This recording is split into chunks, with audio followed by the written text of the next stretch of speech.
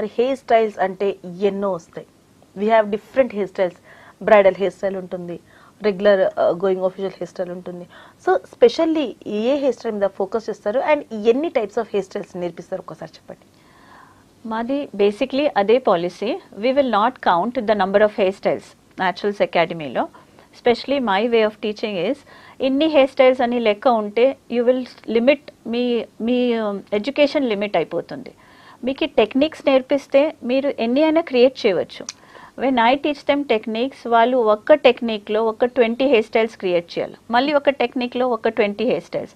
అట్లా they learn unlimited hair styles, hundreds of hair styles నా students నేర్చుకుంటారు.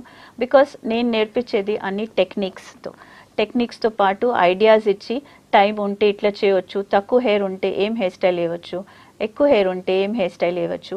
So client బట్టి కస్టమైజ్ చేసి వీళ్ళు క్రియేటివ్గా హెయిర్ స్టైల్స్ చేసేది. That is my way of teaching. అది మొత్తం technically, not number wise. Suppose if I teach, నేను చాలా దగ్గర నేర్చుకున్న వాళ్ళు 8 హెయిర్ స్టైల్స్, 10 హెయిర్ స్టైల్స్ ఇట్లా నేర్పిస్తారు. Some are useful, some are not useful. అది ఎడ్యుకేషన్ లిమిట్ అయిపోతుంది. Education should not be limited. You should teach them. వాళ్ళే ఓన్గా క్రియేట్ చేసి వాళ్ళే చేసుకోవచ్చు. That is my policy.